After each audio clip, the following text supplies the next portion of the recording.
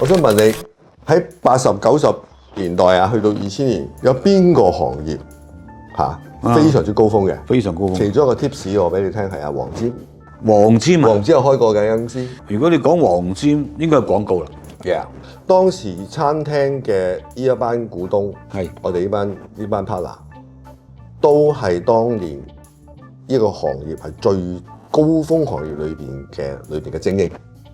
我哋呢班 partner 咧就係當時候呢個我哋叫做全世界性啊 4A 廣告公司裏邊嘅 GM、創意總監、導演呢啲人。OK， 如果你咁樣講，我咁你知唔知點解我要投資間餐廳？咁我某程度就可以接受你呢個諗法啦。咁就因為其實當時你諗下，我創業之後，職業上面都係隻僆仔嚟嘅，佢哋係個腦轉得好快，好快，好快。咁我投資唔係淨係錢嘅投資，我係真係參與佢哋嘅營運。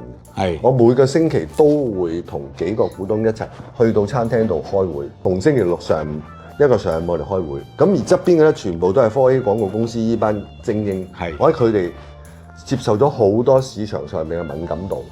我哋經歷過沙士，經歷過好多金融高高低低嘅時候，我睇佢哋點樣去判斷，點樣去做生意，點樣去睇 location、睇地方等等。我學咗好多嘢。其實因為我係想用間餐廳嚟對學嘢。啱嘅，啱嘅。即係，不過我就唔會咁做嘅。我真係唔會咁做。我冇咁嘅思維，你真係太大膽。我真係喺佢哋學到好多嘢。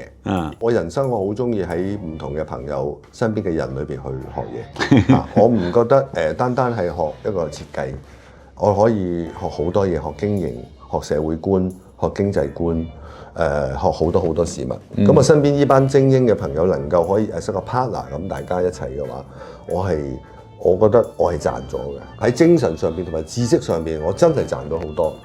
而且我有10間餐廳嘅設計，每一間餐廳我都係面對觀眾，好多人都去食過，每一間餐廳開都係爆滿。